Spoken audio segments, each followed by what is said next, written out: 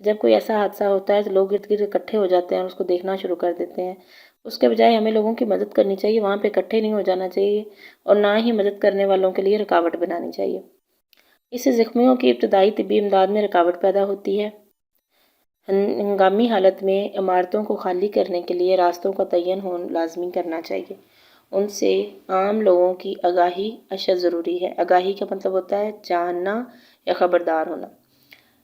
آگ کو بجھانے والے آلات کا عمارتوں میں ہونا بے حد ضروری ہے۔ زخمیوں کو کھلی اور تازہ ہوا میں لانا چاہیے تاکہ انہیں سانس لینے میں دشواری نہ ہو۔ دشواری کا میننگ بچوں آپ اوپر رائٹ کر لیجیے گا، مشکل۔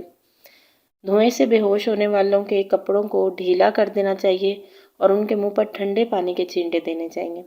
حادثے میں بعض دفعہ لوگوں کی ہڈیاں ٹوٹ جاتی ہیں۔ اگر بازو کی ہڈی ٹوٹی ہوئی ہو تو کپڑے سے ایک تکونی پٹی بنا کر بازو کو گلے میں حمائل کر دینا چاہیے، یعنی کہ تکونی جیسے ٹرائی اینگل ہوتی ہے اس طرح کی پٹی بنائیں اور بازو کو گلے میں لٹکا دینا چاہیے۔ حمائل کا میننگ آپ نے پیچھے خاص الفاظ میں بھی پڑھا ہے۔ اس کے علاوہ لکڑی کی چھوٹی چھوٹی کھچیاں یا تختیاں یعنی کہ چھوٹی چھوٹی پھٹیاں بنا لینی چاہیے اور ان کو ہڈی کے طرف سائڈوں پہ رکھ کر اوپر پٹیاں لپیٹ دینی چاہیے تاکہ وہاں پہ ہڈی ایک دفعہ وہیں پہ ٹھہر جائے، لٹکنے سے زیادہ نہ خراب ہو، تاکہ ٹوٹی ہوئی ہڈیوں کو سہارا مل جائے۔ اگر جسم کے کسی حصے سے خون بہہ رہا ہو تو کپڑے کی گدیاں ٹھنڈے پانی میں بھگو کر زخمیوں کے اوپر رکھی جائیں تاکہ خون کا اخراج بند ہو جائے۔ اگر کسی کے کپڑوں کو آگ لگ جائے تو دونوں ہاتھوں سے چہرے کو ڈھانپ لے اور زمین پر لوٹنا شروع کر دے، یعنی کہ لیٹنے کا مطلب یہ ہے کہ کپڑے اپنے ہاتھوں سے اپنا چہرہ ڈھانپ لے اور زمین پر ایسے لیٹ کے سرکل میں گھومنا شروع کر دے۔ اگر کوئی دوسرا آدمی پاس ہو تو فوراً جلنے والے کے جسم پر کمبل، رضائی، خیز، دری یا کوئی موٹا کپڑا ڈال دے اور اسے زمین پر لوٹانا شروع کر دے۔ آگ والے شخص کو بھاگنا نہیں چاہیے ورنہ اس سے آگ اور زیادہ بھڑک اٹھے گی، یعنی کہ اور زیادہ آگ پھیل جائے گی اور تیزی سے لگے گی۔ حامد نے پوچھا، ابا جان اگر کوئی پانی میں ڈوب جائے تو اس کو ابتدائی طبی امداد کس طرح دی جاتی؟ ابا جان نے بتایا، اگر کوئی پانی میں ڈوب جائے تو سب سے پہلے اس شخص کو الٹا لٹا کر اس کے جسم سے پانی نکالا جائے۔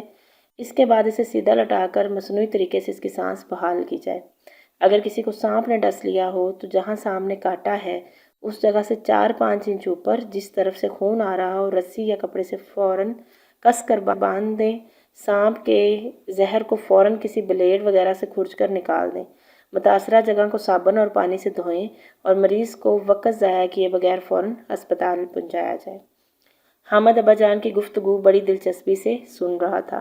ابا جان نے گفتگو ختم کی تو کہنے لگا، ابا جان ابتدائی طبی امداد دینا کچھ زیادہ مشکل نہیں۔ ابا جان کہنے لگے، ہاں بیٹا، ابتدائی طبی امداد کی کچھ مشقیں کی ہوں اور فرسٹ ایڈ باکس موجود ہو تو یہ کام زیادہ مشکل نہیں ہے۔ فرسٹ ایڈ باکس وہ باکس ہوتا ہے جس میں ابتدائی طبی امداد کی کچھ ضروری چیزیں جیسے آپ لگا لیں آیوڈین، اس کے علاوہ مین کی پٹیاں، مرہم پٹی وغیرہ، زخم پہ لگانے والی میڈیسنز وغیرہ موجود ہوتی ہیں۔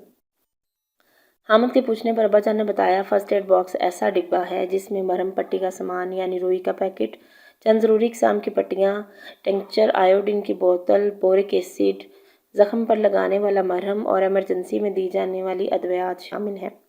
فرسٹ ایڈ باکس ہر گھر میں ہونا چاہیے۔ حامد کے پوچھنے پر کہ کیا محکمہ شہری دفاع کا کام صرف لوگوں کو طبی امداد دینے تک محدود ہوتا ہے؟ ابا جان نے وضاحت کے ساتھ بتایا کہ محکمہ شہری دفاع جنگ اور امن دونوں صورتحال میں فعال رہتا ہے، یعنی کہ ہر وقت حرکت میں رہتا ہے۔ اس کے ملازمین اور رضاکاروں کو ابتدائی طبی امداد دینے میں مہارت پیدا کرنے کے ساتھ ساتھ رسے کی مدد سے بلندی پر چڑھنے، آگ بجھانے، زخمیوں کو مشکل مقامات سے بحفاظت نکالنے اور بلند و بالا عمارتوں سے سیڑھیوں کے بغیر نیچے لانے کی تربیت بھی دی جاتی ہے۔ جنگ کے دنوں میں یہ محکمہ شہریوں کو بمباری سے محفوظ رہنے کے طریقے بتاتا ہے، جس میں زمین پر لیٹنا، رینگ کر ایک جگہ سے دوسری جگہ جانا، سیڑھیوں کے نیچے پناہ لینا اور خندقیں کھود کر دشمن سے محفوظ رکھنا جیسے طریقے خصوصیات قابل ذکر ہیں۔ یہ محکمہ رضاکاروں کو پہرا دینے، گھروں میں بلیک آؤٹ کرنے یعنی کہ اپنے گھر میں ہی رات کو پہرا دینے اور ہلکے ہتھیار چلانے کی تربیت بھی دیتا ہے، جس سے لوگوں کو میں حوصلہ اور احساس ذمہ داری بڑھتا ہے اور وہ اپنی اور اپنے وطن کی حفاظت کے لیے کمر بستہ ہو جاتے ہیں۔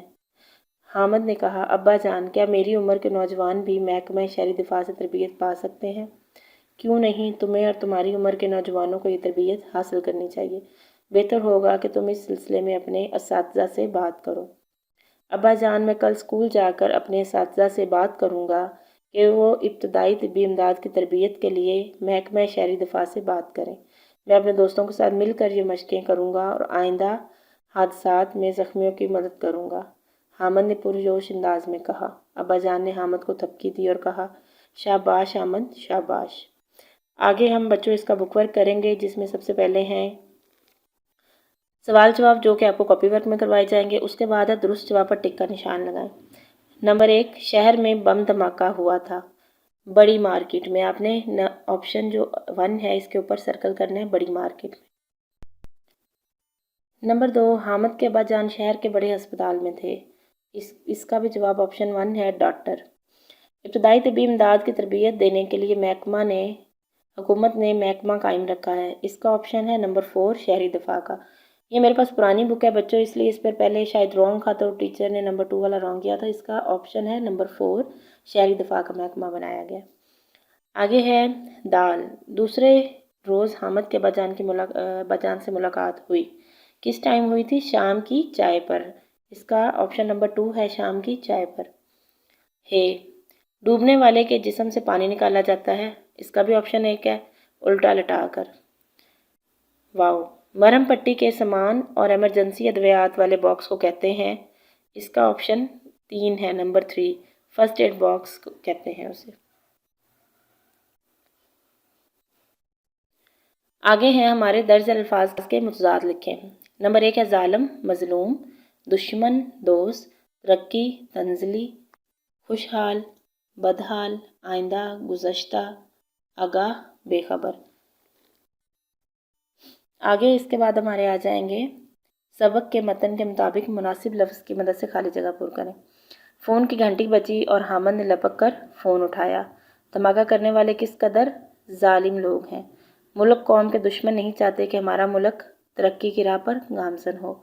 ملک قوم کے دشمن چند سکوں کے عوض قیمتی جانوں کا سودا کرتے ہیں۔ ابا جان کی باتیں بڑی دلچسپی سے سن رہا تھا۔ زخمیوں کو کھلی اور تازہ ہوا میں لانا چاہیے۔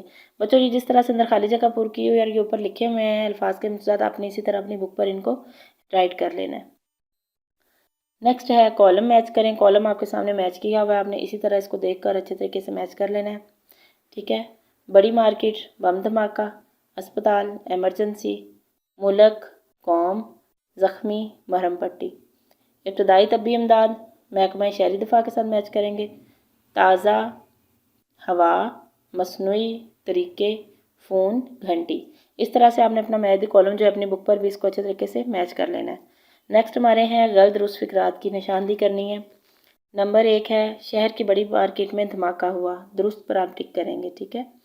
زلزلے کی وجہ سے اسپتال میں ایمرجنسی لگی ہوئی تھی، یہ غلط ہے کیونکہ دھماکے کی وجہ سے ایمرجنسی لگی تھی، آپ غلط پر ٹک کریں گے۔ حامد کے ابا جان شہر کے بڑے ہسپتال میں سرجن تھے، درست پر ٹک کریں گے۔ حامد زخمیوں کی مدد نہیں کرنا چاہتا تھا، غلط ہے تو غلط پر ٹک کریں گے۔ حادثے میں بعض لوگوں کی ہڈیاں ٹوٹ جاتی ہیں، درست پر ٹک کریں گے۔ امید ہے بچوں آپ کو پڑھائی کی اور بک ورک کی سمجھ آ گئی ہوگی۔ آپ نے اسی طرح سے اپنی بک کے اوپر سارے معنی لکھ کے انڈر لائن بھی کر لینا ہے اور بک ورک بھی اچھے طریقے سے کاربن پینسل سے آپ نے سالو کرنا ہے، کیونکہ کوئی مسٹیک ہو جائے تو اریز کرنا بھی آسان ہوتا ہے۔ اوکے تو اسٹوڈنٹس، اللہ تعالیٰ ہم سب کا حامی و ناصر ہو، اللہ تعالیٰ ہم سب کو حفظ و امان میں رکھے۔ اللہ حافظ۔